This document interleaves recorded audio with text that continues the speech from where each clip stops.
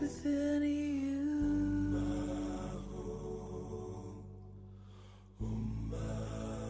I give you my heart.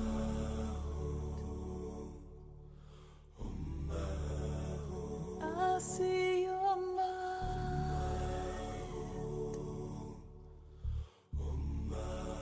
is the mind of the entire universe. The way that you teach me, the way that you guide me with your love sets me free. Oh, Lama, care for me, for I am plagued by turbulent emotions.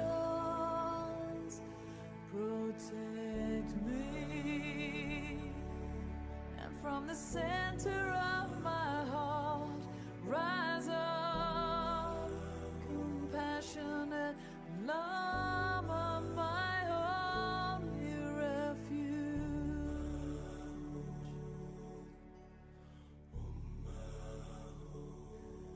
Oh, Lama,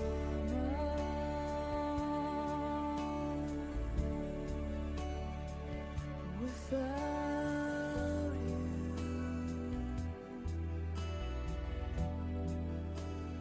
I would not have seen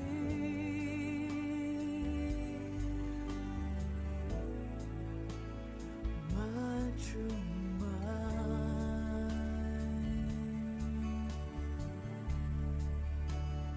I give up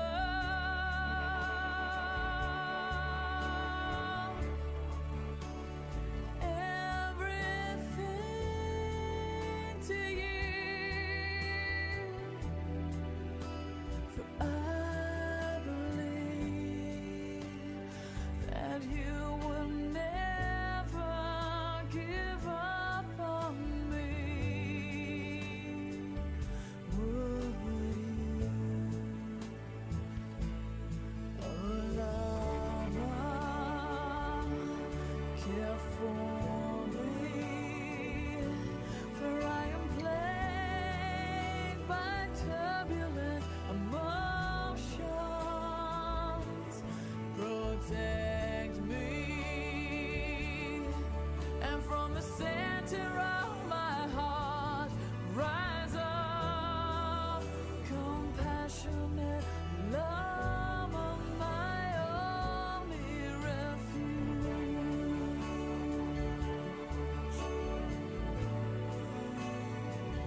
For I am plagued by turbulent emotions. Protect me, and from the center of my heart rise up compassionate Lama, my only refuge.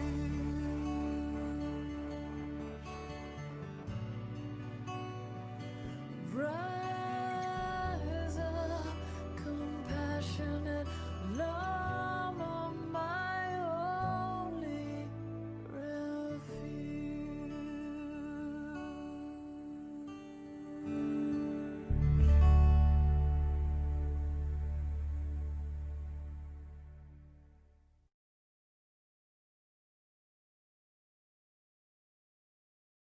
Number them, I can add numbers. just add numbers. Automatically it'll do it if you put numbering. Well, I'm doing it on Canva, on little cards. They look really nice. Oh. Are you doing borders? They have dark maroon. Little hearts in the corner? People are listening in, I think. Nothing is private anymore. We're talking about Lillian making cards. Slogan? Sounds funny, doesn't it? Slogan cards.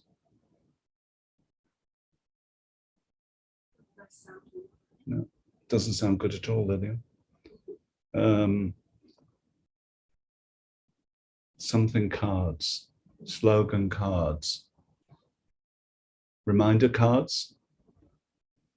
These, what's part of the Lojong teachings. And it says, remember this. So we're making cards for them that you can print out and then you can carry around with you to remind you of what you can be doing, isn't it? You'll have to think of something else. Slogan doesn't sound so good. We can have a competition with a prize of $500,000. Lillian's going to give away $500,000 for the best word.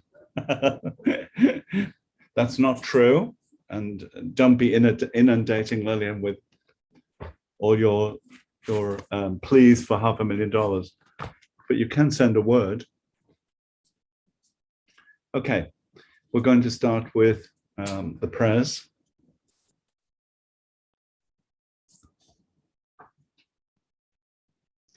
I go for refuge until I'm enlightened, to the Buddha, the Dharma, and the Supreme Assembly. By the accumulation of merits of practicing generosity and so forth, may I become a Buddha to benefit all sentient beings.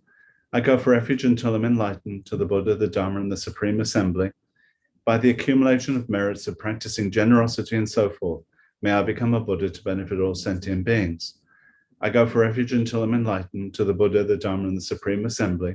By the accumulation of merits of practicing generosity and so forth, may I become a Buddha to benefit all sentient beings. May all sentient beings have happiness and the causes of happiness. May all sentient beings be free from suffering and the causes of suffering. May all sentient beings never be separated from the happiness which is without suffering. May all sentient beings abide in equanimity, free from both attachment and hatred, holding some close and others distant. Reverently, I prostrate with my body, speech, and mind. I present every type of offering, actual and imagined. I declare all my negative actions accumulated since beginningless time, and rejoice in the merit of all holy and ordinary beings. Please remain until the end of cyclic existence, and turn the will of Dharma for living beings. I dedicate my own merits and those of others to the great enlightenment. This ground, anointed with perfume, strewn with flowers, adorned with Mount Meru, 4 continents, the sun and the moon. I imagine this as a Buddha field and offer it. May all living beings enjoy this pure land. Idam Guru Ratna Mandala Kam Niryatayami.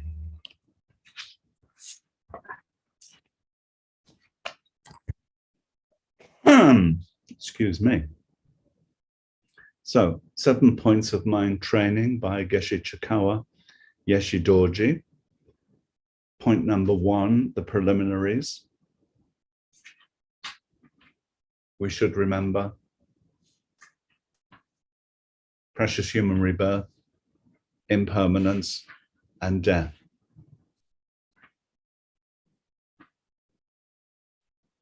Precious human rebirth, impermanence, death. So precious human rebirth, you have all these advantages in this lifetime if you compare your situation to any being in any of the other realms. So we have 6 realms, human realm is one of them. The other 5, if you compare your rebirth to a rebirth in one of those realms, then you're in a very fortunate situation, right? If you think about Buddha going to the 33rd realm, teaching his mother, it's because she was in one of those realms where you don't hear Dharma. And so he was really worried about her. You know, she's having a great time, but she's not going to get an advantage from being in the God realm. So when we think about the God realms, we may think, oh, wow, you know, so incredible to be in the God realms. Wouldn't it be wonderful? But actually it's not wonderful because you're using up your positive karma just to have enjoyment.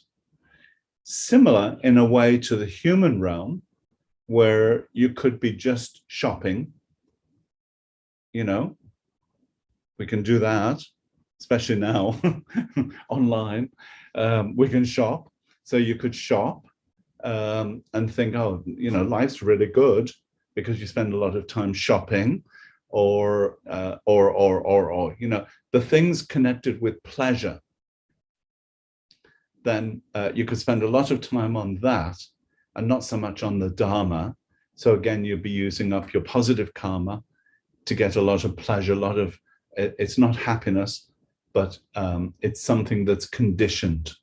Because of conditions, you feel what we call happiness, but it's not real happiness. So then you meditate on that. These are the preliminaries. This is to get you activated, you know, if you like, activated. Yes, I must practice the Dharma. Because as we know, in the beginning, we want to practice Dharma. Then after a while, we start to think, oh, you know, it's not going so well. The studies are not so easy, or meditation's not so easy. And your practice can start to slack off, you know, it starts to wane.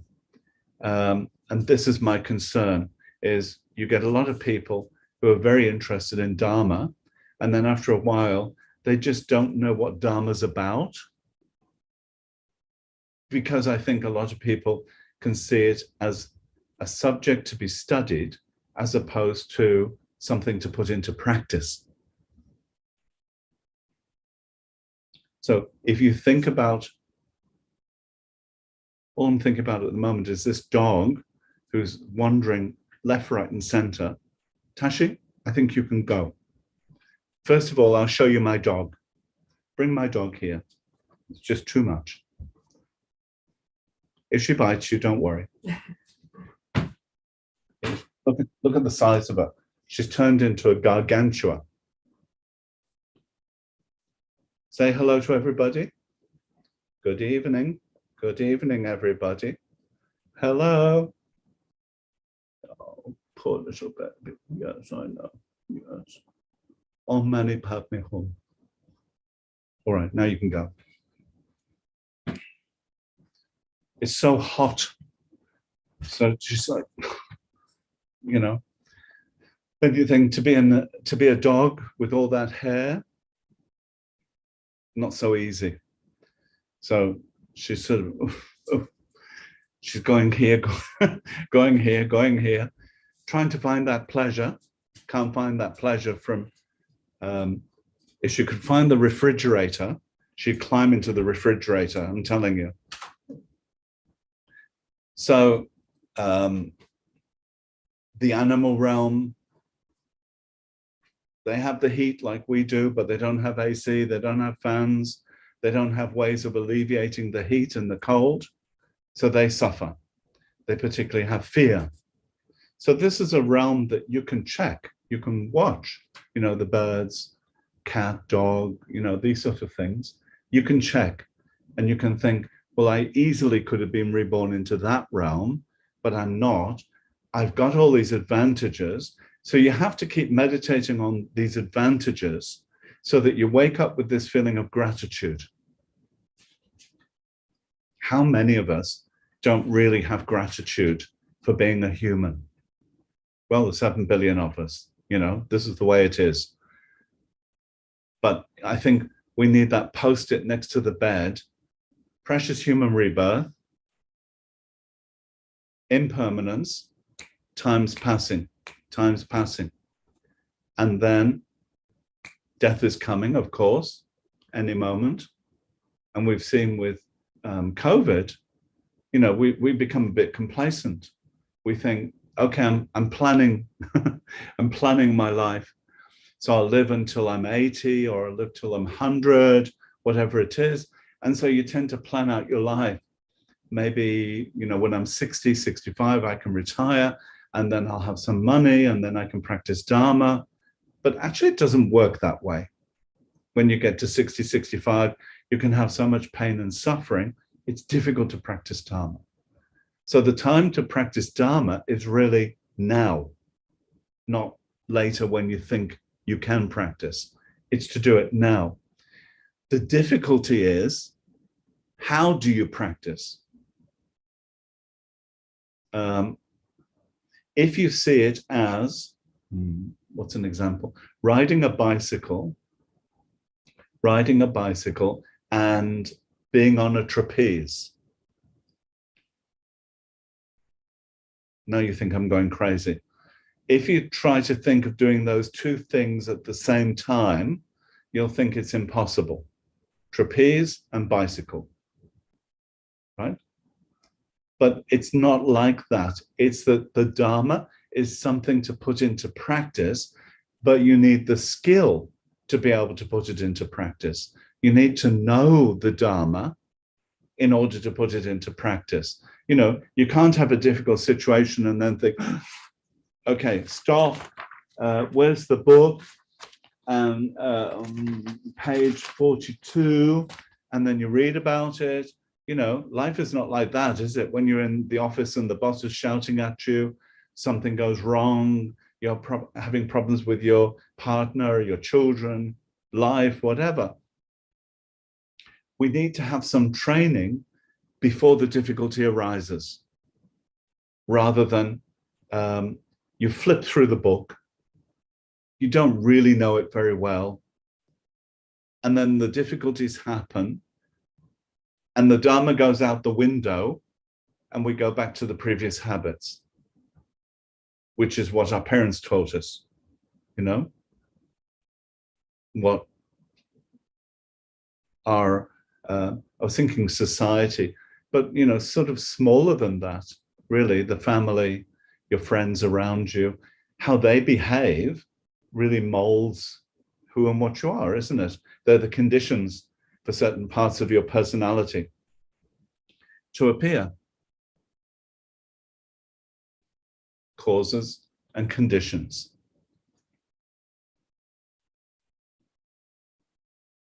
So, if you see Buddhism as a subject to be studied, but not to put into practice, then you're viewing it as a philosophy, not as something that will transform your mind, not as something that will be of ultimate benefit to you, to help you through the difficulties, the problems, the minefield of life. You know, if life is a doddle for you, if life is like smooth, going along, everything's wonderful, fine, I really wonder if you would want Dharma.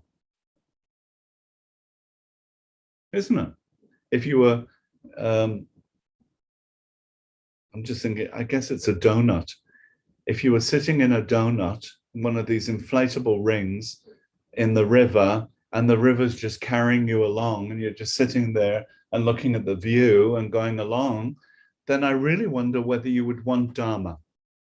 Because you think, wow, life is great. But if you're going along and the donut starts going down and you hit the rapids and you can't swim and you don't have a life vest and there's nobody to help you, there's nobody to rescue you, help, help, there's nobody there, then, you know, that's when you need the Dharma. You need the rescue.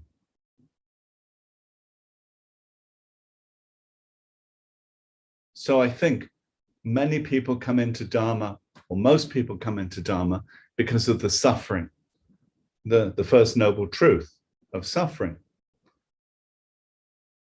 And then we think, why me? What have I done? I've done nothing. I'm a good person. But we don't understand past lives.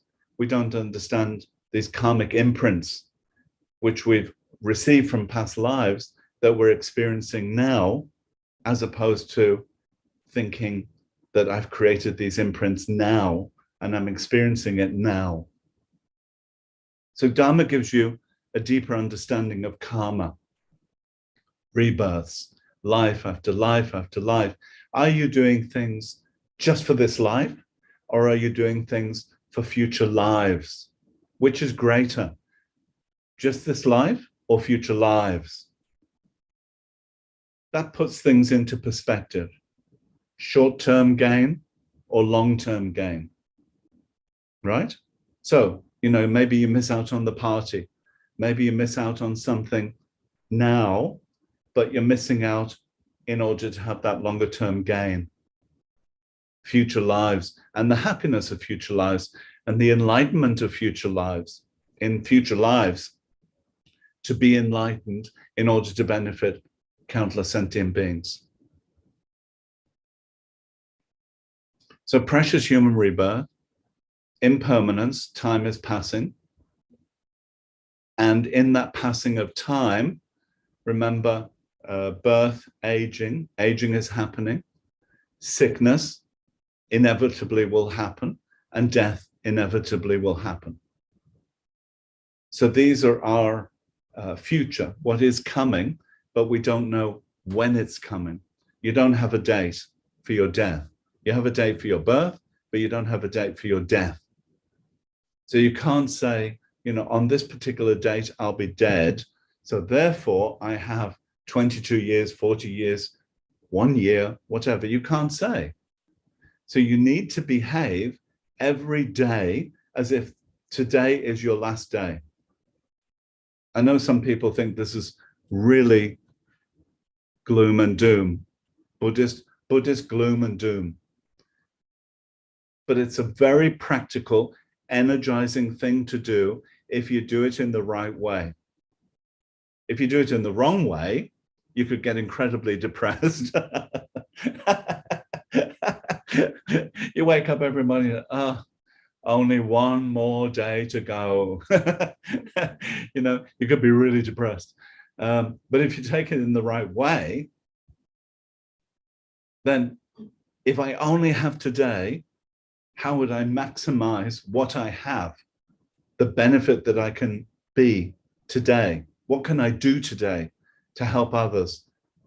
And it could be more meditation. It could be more study. It could be going to meet somebody who needs your help. But you know that you've got a limited amount of time, and you use your time in the best possible way in order to be a benefit to you and to all sentient beings. And that's a decision that you need to make on a daily basis. If I only have today, how will I make the best use of today? Okay?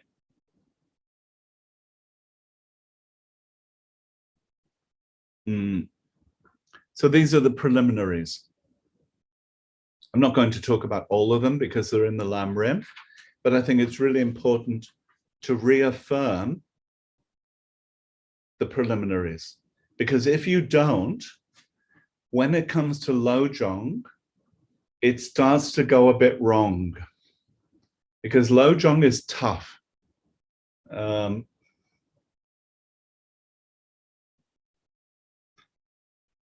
The preliminaries would be like the kiddie park, slide, swings, right? So this is like the kiddie park. It's fairly easy to approach.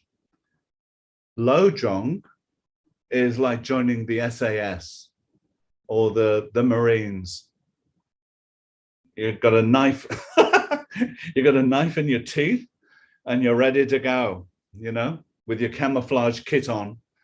It's like that, you know, you're going to battle with the delusions. You're going to battle with the instinct that I am more important than anybody, the self-cherishing, self-grasping mind. You're going to battle with that.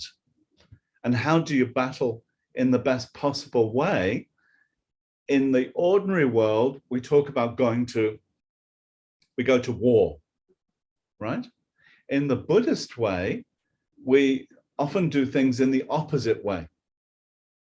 We let go as opposed to attacking. This is the, you know, not the instinct that we have, isn't it? The instinct that we have and that we're trained for in society is go for it. To be successful, attack. But in Buddhism, you know, I've told you before, when the knife is pointed at your chest, then we lean forward into the knife rather than trying to get away from the knife. This is the opposite to what we would normally do. because we're creating the knife in our minds. I create the knife, I put the knife in my chest, and therefore by leaning into it, I take away the power of the knife, the power of the delusion, the negativity. I'm taking away its power. But if I believed in it and I lean backwards and I'm afraid, you know, oh no, there's a knife and it's going to hurt me. If I lean back, I'm giving the knife more power, more ability to hurt me. You understand? Are we communicating? Okay. So last time we talked about everything appears to be like a dream. This is one practice, like the dream tiger. Probably the dream tiger is a good example. You know, the dream tiger is chasing after you in the dream. You feel very frightened by it. It nearly gets you. You're shaking, and then you wake up, and then you think, "Oh, that was terrible. What a horrible experience." But it wasn't real. In the dream, I thought it was real. When you woke up, you realized it wasn't real. Okay? So this is the dream experience. This is a good one for you. Practice that one. When something negative is happening, you can think, this is just like a dream. How do I know it's real? So that's one way of tackling these negative experiences. Examine the nature of unborn awareness. Let even the antidote be freed in its own place. Rest in the alaya, the essence. So this is all talking about emptiness, and emptiness is, as we know, it's a difficult subject. So I gave you the essence of emptiness. Shunyata is not existing from its own side, not existent from its own side, and yet it exists. Okay? Not existing from its own side, and yet it exists. You have to be careful not to go to either extreme, which would be, it is truly existent, it really exists without causes and conditions, or it doesn't exist at all. The more dangerous of the two is it doesn't exist at all. Nihilism. Was it Nietzsche? Nietzsche? Who? Lillian, my philosopher. I thought she would know. Tasha would know. She reads a lot and watches videos. So, you know, some people will take things to the extreme and think there is nothing. Nothing exists at all. Then because of that, you're denying karma and you're denying conditions. So what we want is a middle way between the two, non-existent, truly existent. You want something exists, the base exists, but it's not truly existent. And how you can do that is through dependent origination. Dependent origination. When I used to hear teachings, they used to say, independence upon. Independence upon. But if you say it quickly, it comes out as independent. So you've got to be careful, because it's not independent. Independent being, you know, separate from. Independence upon. So really better to take out the in and say dependent upon or dependent origination. So when you're analyzing something, analyze how it is dependent upon its parts.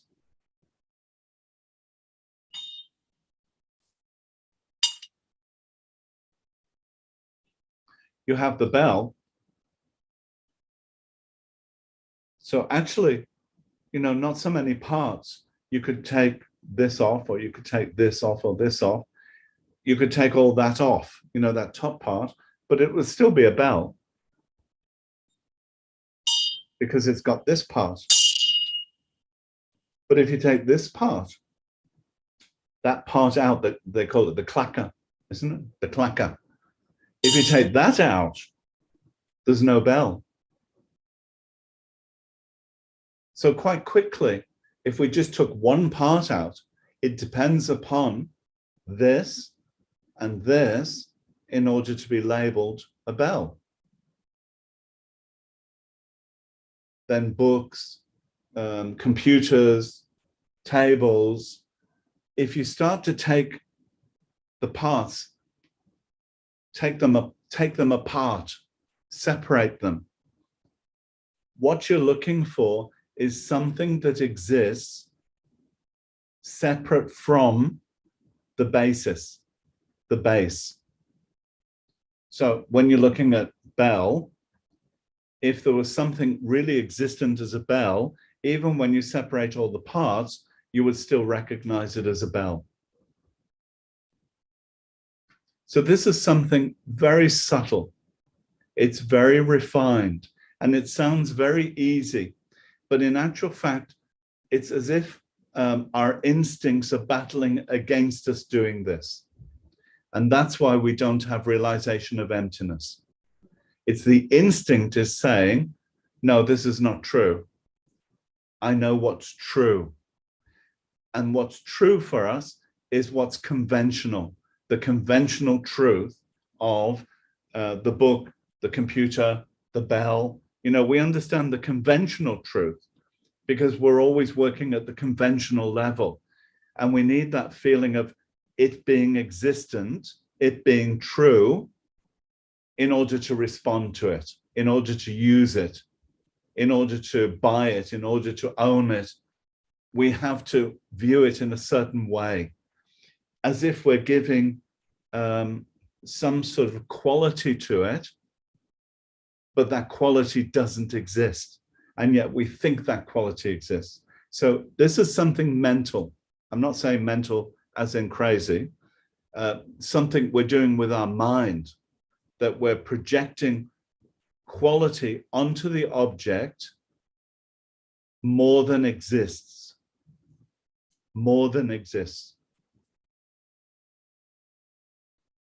So when you analyze with emptiness, you're looking and looking and looking at different aspects of it until it comes down to the parts. So you've got all the parts. Say, for instance, take something easy like a table, a top and 4 legs. You take the 4 legs and the top. Okay, where's the table?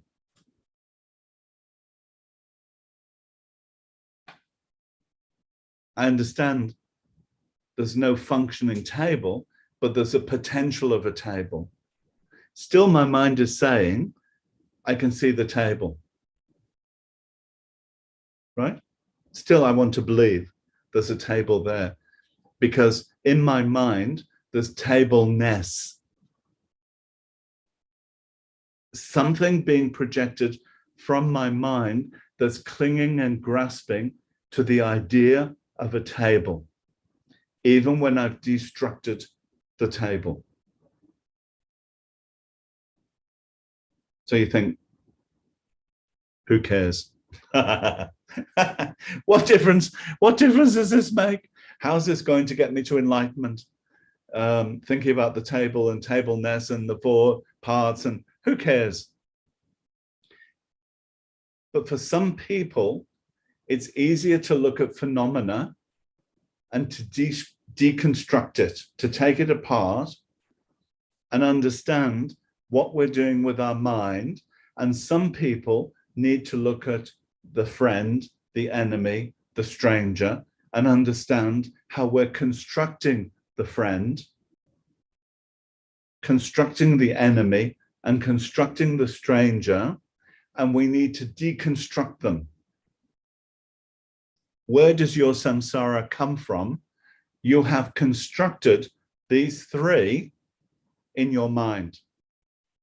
They don't exist from their own side. They appear to exist because of mind, but they don't exist the way you thought they did. And that's the challenge now. The same challenge that you would have with the table, where the mind's saying, but there's still the potential of table there. When you deconstruct the enemy, you think there's still the potential of the enemy there. The friend is still there because the mind is projecting onto the object quality. Okay? Quality that doesn't exist, that exists from your side, that is being projected from your side, but doesn't exist in the object. If you look at a person, if you look in them, sort of, you look all through, in the eyeballs, in the lips, in the head, in the chest, you keep looking. Where is friend? Where is friend? Where does friend exist? It's in all the things that they do for you, in the way that they respond to you. But you can't find friend. We think friend exists on the basis of human being. We project onto that basis, like, super glue, label friend, stick it on. They do this for me, stick another label, do this for me, another label, label, label, label, label. In the end, there are so many labels stuck on them that you really believe they are a friend. You believe they exist as a friend. And when they change, you can't believe that they've changed, because you've attached so many labels to them that you can't believe they could go from friend to enemy. How could it be? And we've had it happen to us. Friends become enemies, enemies can become friends. It says this in the Lam Rim, and we can laugh about it. I don't think so. But actually, if you look at your life, it does happen. People go from one extreme to the other. And it's a shock, because the mind has determined this is what this person is. They are friend. They are enemy. They are somebody I don't care about, stranger. So that was in that part of the main practice. And there was something I wanted to particularly mention, which was, the emptiness itself is also empty. So that was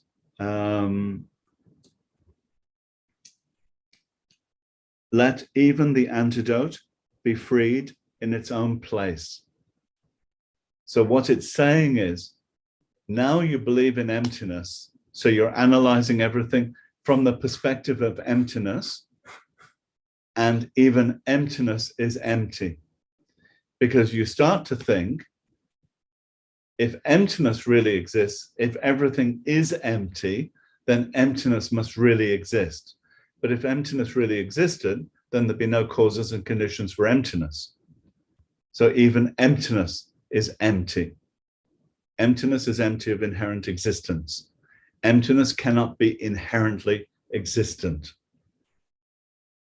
Now, between sessions, be a conjurer of illusions. Between the sessions. So you're sitting on the cushion, analyzing emptiness. Does this truly exist? Does this truly exist? When you get off the cushion, then what do you do?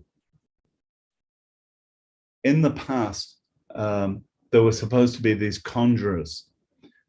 So they would have sticks and stones, and they would put them in front of them, and then they'd wave abracadabra, whoosh, and then an elephant would appear, and a camel would appear, or whatever, and people would go, incredible. So this is a long time ago, in India, Nepal, Tibet, these things would happen. The magicians would be able to do this. These days, we have David Blaine. Isn't it, Lillian? Lillian knows about these things. Isn't it David Blaine? She doesn't know. But we have these modern day magicians who can be in a glass cube, hoisted up into the air and filled with water, and they don't die, or buried in the ground, they don't die. I mean, how do they do it, right? They're magicians. It's not real. It's some sort of magic, but we don't know what the magic is. Now, which are you? Are you the magician or are you the audience? From an emptiness perspective, we are the audience. We don't know how the magic is done, right? So we believe in samsara, in the magic of samsara. And that's how we stay in samsara, because we're responding to the magic in the, oh, wow, whoo, wow. That's what we're doing constantly, you know? We can go to, I don't know, the Gold Coast, to, you know, where the Big Dippers. I used to go with my grandmother. Actually, I think now, gosh, you know, she must have been a very brave woman, because she was late 60s, early 70s. And we used to go on the Big Dipper in England. So, you know, it was a wooden one also. You know, you go up, up, up, up. You get to the top and you could see the view. You know, it was incredible. And then you go whoosh, you know, like this. I mean, she had heart problems, poor woman. So I used to, she used to say to me, where would you like to go? I would go on the Big Dipper, you know. So we used to do this quite frequently. I didn't mean to switch on the AC, sorry. The Big Dipper, the wheel, you know, all these sort of incredible things. It can be so overwhelming with all the senses, you know. For all the senses, you get so much pleasure, so much what we would call happiness, but so much pleasure from it. So samsara is like that. Constantly we're looking for stimulation from the mouth, from the ears, from the eyes. We want all this stimulation so that we stay high instead of going low. In the text, it's saying, you need to take control. Instead of always looking externally for all the stimulus, for whatever would make you high, we don't want you to go low. We don't want you to be depressed. But we also don't want you to be high, because that means all your senses are heightened.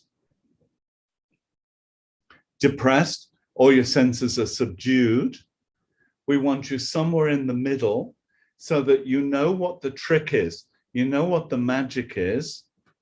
You can see what the magic is, but you don't subscribe to it. You don't believe in it.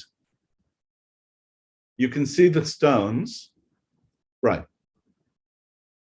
The magician would see the stones and see what they created from the stones. The audience just sees the creation, doesn't see the stones.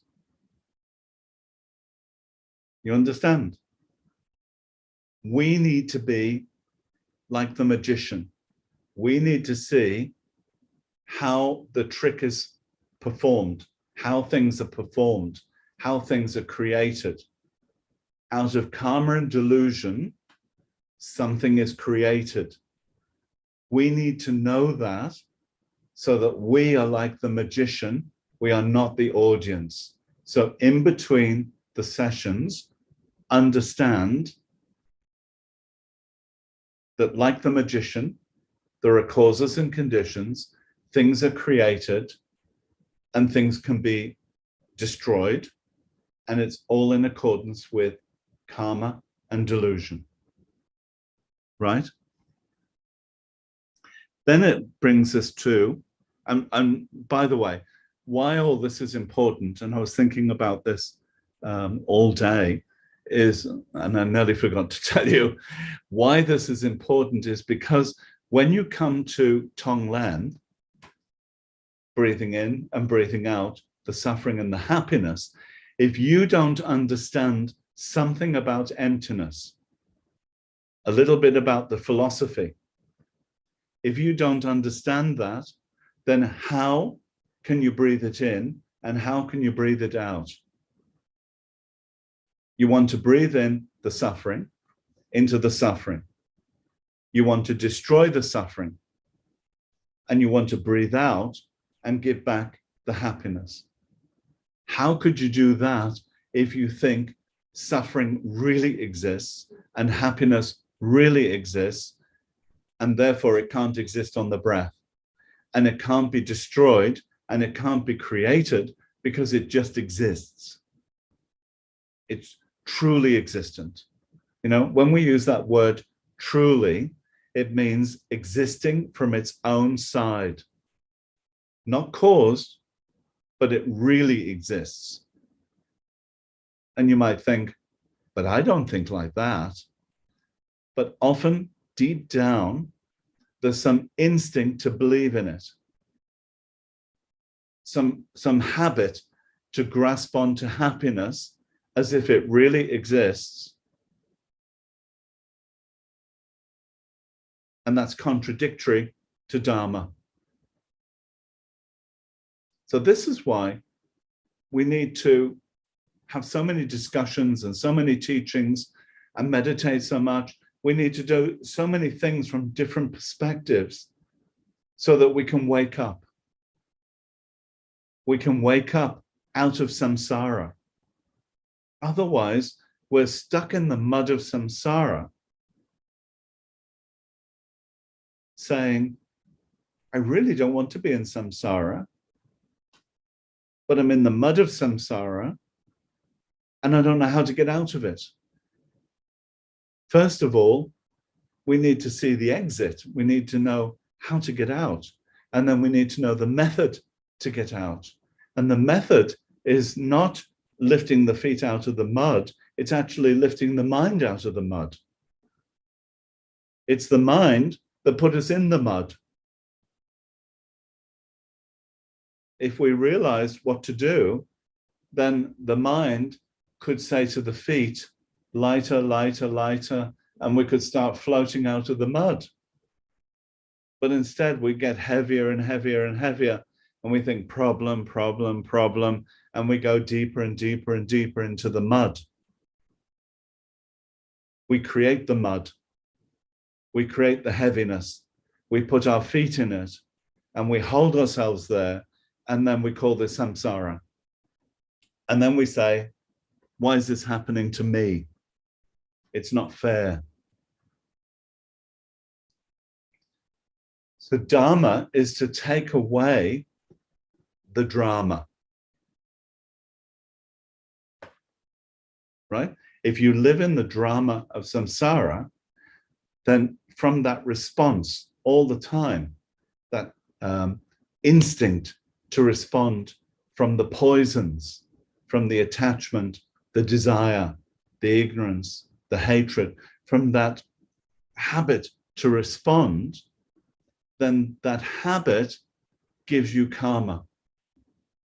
It gives you a whole bag of karmic imprints, seeds, and it sort of hands it to you. Each second, it's handing it to you. Here's some more, here's some more, here's some more. If we could actually see it, it would be so much better. You know, if in 1 second we're creating 365 negative imprints and we got a bag of 365 seeds, which would not be such a small bag, and it was handed to us in 1 second, 365, 365, 365, and you started to accumulate all these seeds, and you think, what am I going to do with all these seeds? And these seeds are coming out of the bag and they're looking for soil, you know? They're not just going to remain inert, they're looking for a ground to exist on. And the ground is your consciousness, the alaya, you know? so that we have a ground. So all this is happening, but because we're not deeply into the Dharma, we don't recognize it as happening. If we recognized it, karma delusion, sorry, karma and delusion, 1 second, 365, negative imprints, karma delusion, 1 second, 365. 1 second becomes the potential of 365 negative imprints. Then why are we using our precious human rebirth, impermanence, death? Why are we using it for more causes of unhappiness as opposed to more causes of happiness? We need to shake the idea of permanence and concrete. Why I say concrete is because we want something solid and real on which to put our feet.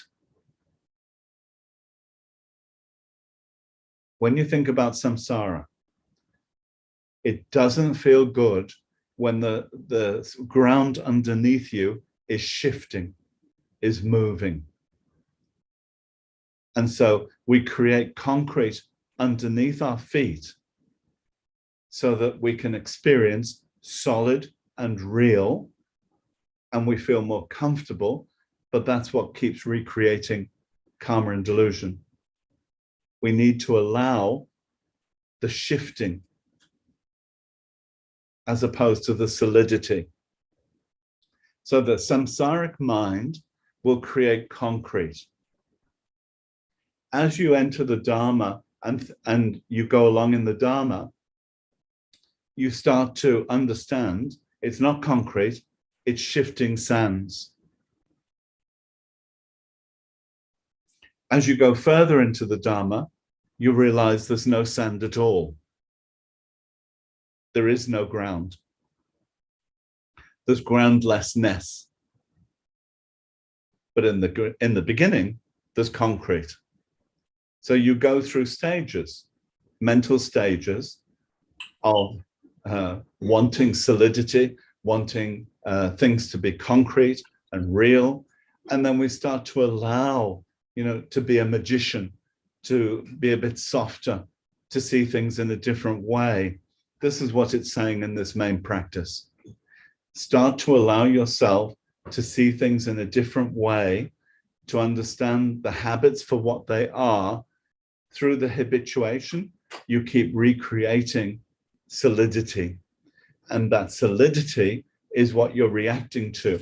And by reacting to it, you're recreating karma and delusion.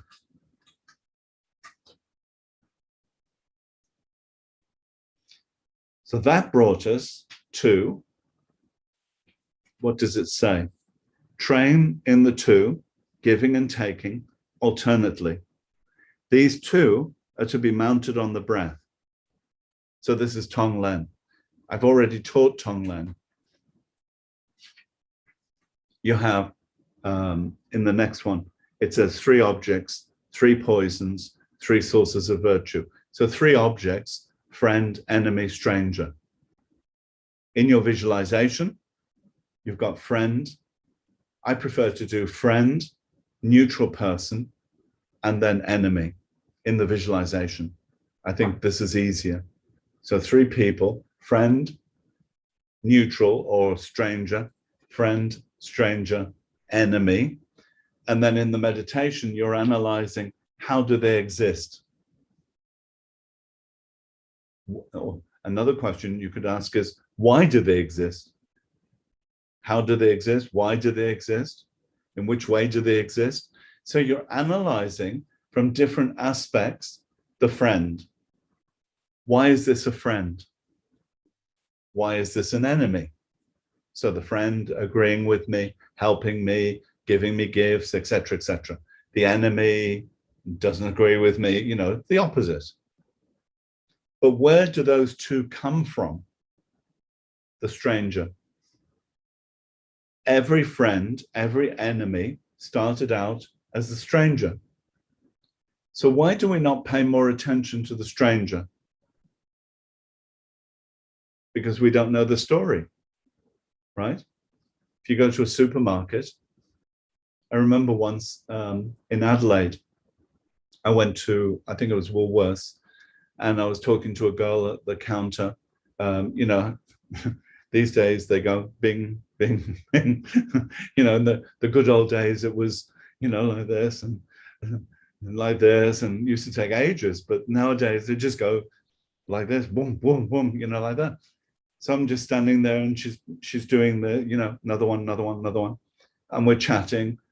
And I said, she was, I think she was 19, 20, very tall, very beautiful. And I said to her, how long have you been working here? It turned out she was in university and studying law for environmental aspects of law. So you start off with just shape and color, right? Shape and color. That's all there is. And then you start adding to that shape and color, male, female, or other. It gets so complicated when you've got they, them, their, you know, all these other labels now, but other. And particular color hair, particular color eyes, particular skin color. You know, you start sort of coloring in the details of the person and starting to get some feeling as to whether you're interested in their story or not, right? This is when the mind starts to lean towards friend. Oh, interesting. She's going to university. She's, you know, studying, and I'm working, I don't know, 20, 30 hours a week in Woolworths to pay for my studies. And then I think, wow, incredible. You know, how's this possible to study full time, work so many hours? How is it possible? How do they do this? And so you get more respect for that person. How incredible. So this is the way that you start to construct your friend, or, you know, the person that you think is interesting.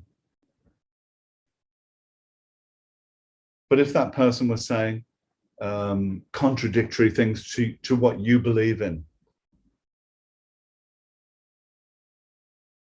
I'm working in the store so I can save money to kill animals, then you might, whoa, I must avoid counter number 6 from now on, you know, because this was shocking.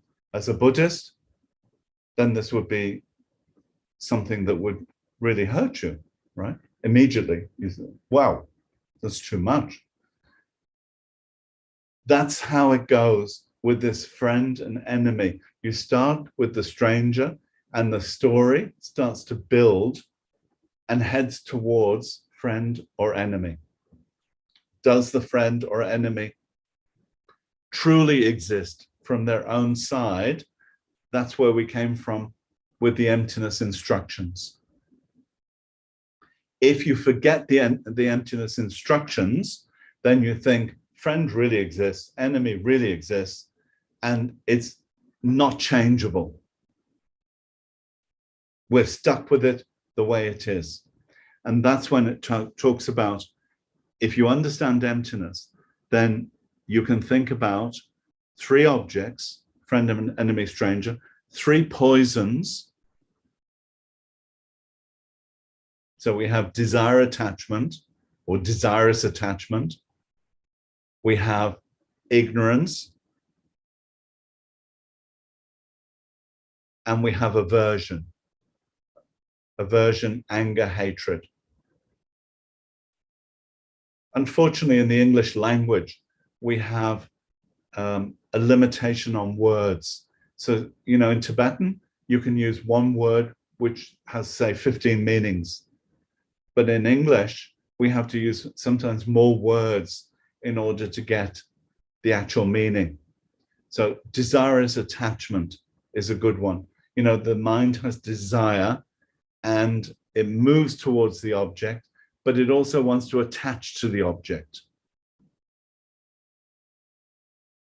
There's some sense of craving, you know, like being hungry, some sense of craving. I must have in order to be happy. Then ignorance, not just I don't care, there is that aspect to it, that uncaringness, but not understanding the nature of this person, the empty nature of this person, therefore the potential of this person. You know, from emptiness, there's also potential. So not understanding that potential, the ignorance, not understanding that the potential friend exists, that he is a person to be liberated. So many facets exist within this person, but actually I don't want to know. Ignorance is, I don't want to know.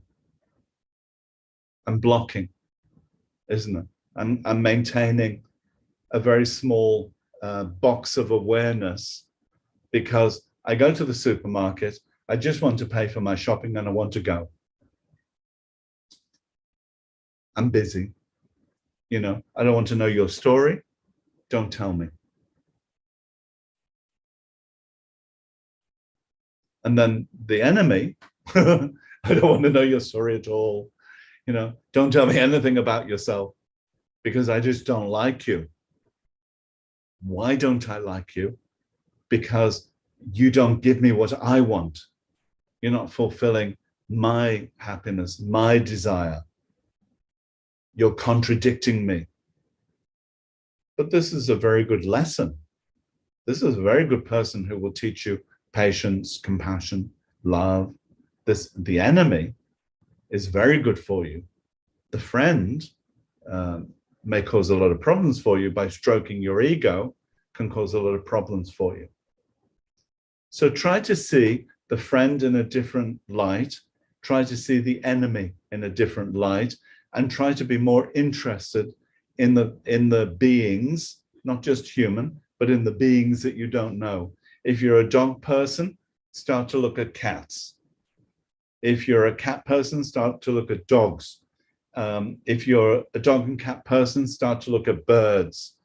Start to look in different directions at other beings, broaden your concept as to what you find interesting, what you're open to. Because they all need liberation. They all need your help. But we tend to limit ourselves. I'm a dog person. I've got Tashi and all her relatives. I'll liberate them. I don't have time for cats. You know, cats are out, dogs are in. It can be like that. Or cats are in, dogs are out. This limits us to a certain number of beings, as opposed to when we make our prayers, all sentient beings. We say, I'm going to liberate all sentient beings. And then, but this is a mental construct. We say all sentient beings, but actually it's not true. The habit brings us back to friends, family, you know, to the people that we like, the animals we like, and the other 5 realms that we can accept. I can see the animal realm, so I'll liberate them. The demigods can't see them, the gods can't see them, the hell realms can't see them, hungry ghosts can't see them, they don't get liberated. So they don't get your help, and you don't get bodhicitta because you're resisting the idea of other realms. So all of these teachings are about breaking down the barriers that we've constructed to make ourselves comfortable in our modern life. Where am I up to? Three sources of virtue. In all activities, train by applying slogans. Slogans, there's the word, Lillian. Begin the process of taking with yourself. There was something I had to read. Geshe Ben Kungil advised. Geshe Ben Kungil, long time ago, about 1,000 years ago, was a robber and then became a monk, a great Kadampa practitioner, and until he passed away, was one of my main teachers, Choding Rinpoche. So he advised, I will stand guard at the doorway of my mind with the sharp spear of mindfulness. If he attacks, I will attack. If he relents, I will relent. So he's recommending that in order to transform your mind, in order to put these into practice, you need mindfulness, the sharp spear of mindfulness. Be on guard. When the delusions appear, you have to be there with mindfulness. When the delusions disappear, you can relax. You don't need to be tense all the time. So, just as Kamalashila Stages of Meditation says, the great compassionate one in all his actions, whether walking or standing, and at all times must acquaint himself or herself with all sentient beings. Such a thought should be complemented by reciting the following lines. So you should know these lines and recite them when you see any sentient being. And you're breathing in and breathing out. You know, the quick supermarket Tonglen. May their misdeeds ripen on me. And may all my virtues ripen on them. May all sentient beings' sufferings mature on me. And through my virtues, may they all be happy. Whatever agonies beings may suffer, may they ripen on me alone. Through all the virtues of bodhisattvas, may wandering beings enjoy bliss. So this is what it said in one of the texts, that not only are you doing this breathing in, breathing out, in a short way you can say, give me the suffering, take back my happiness. You can do it in a short way like that. Or you can use a verse like this, whatever is more beneficial for you, to keep reminding you that whenever you see suffering, you want to do something about it. What about if you don't see suffering? Smiling, happy, you know, everything's fine, absolutely no problem. Then you think, oh, they're fine. You know, they're at the Gold Coast, they're on the Big Dipper, they're having a great time. There's no suffering at all, right? But there is suffering. They do have suffering. So even when there's not manifest suffering, then you should pay attention and you do something about it. You know, deep down, there is suffering. Okay, so we'll stop there and we'll dedicate all the merit.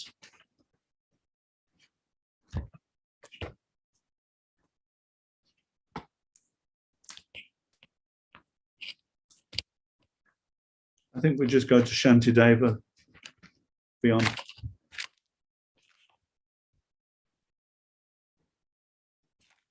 Dedicating all the merit to all sentient beings. May they have all the causes of happiness and none of the causes of suffering.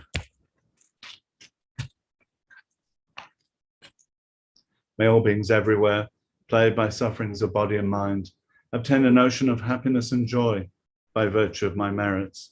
May no living creature suffer, commit evil, or ever fall ill. May no one be afraid or belittled with a mind weighed down by depression. May the blind see forms and the deaf hear sounds. May those whose bodies are worn with toil be restored and finding repose. May the naked find clothing, the hungry find food. May the thirsty find water and delicious drinks. May the poor find wealth, those weak with sorrow find joy. May the forlorn find hope, constant happiness and prosperity. May there be timely rains and bountiful harvest. May all medicines be effective and wholesome prayers bear fruit. May all who are sick and ill quickly be free from the ailments. Whatever diseases there are in the world, may they never occur again. May the frightened cease to be afraid, and those bound be freed. May the powerless find power, and may people think of benefiting each other. For as long as space remains, for as long as sentient beings remain, until then may I too remain to dispel the miseries of the world.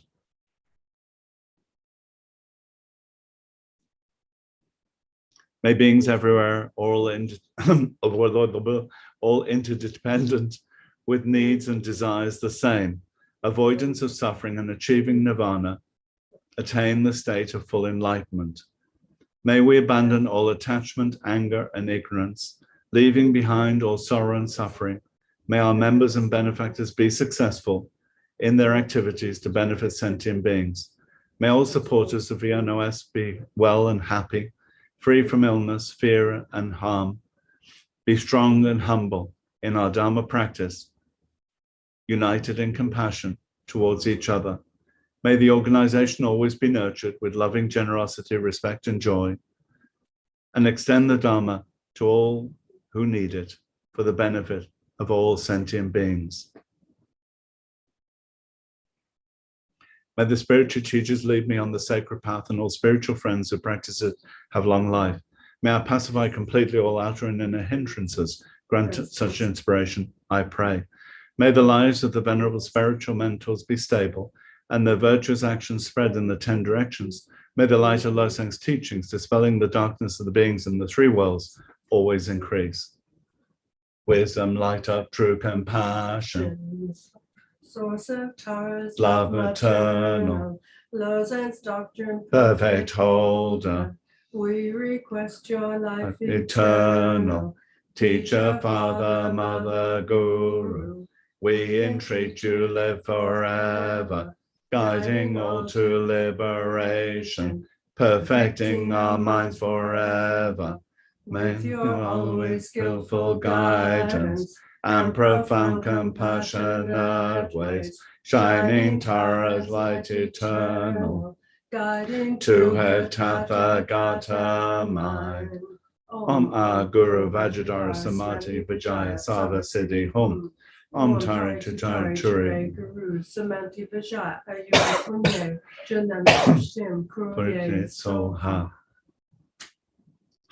Thank you all very much. And so your homework, see everything as a dream, be the magician, not the audience, and try to see everything as an illusion that is being created, and you are the creator. So you're the magician, you're creating, and so therefore you can see the emptiness of the creation. And today is Sunday. See you on Tuesday for meditation. I continue with the meditations, and thank you all so much for joining. Lovely to see you all, and see you soon. Bye-bye. Bye-bye. Thank you very much. Thank you, Gena. Thank you. Thank you. Au revoir. Bonjour.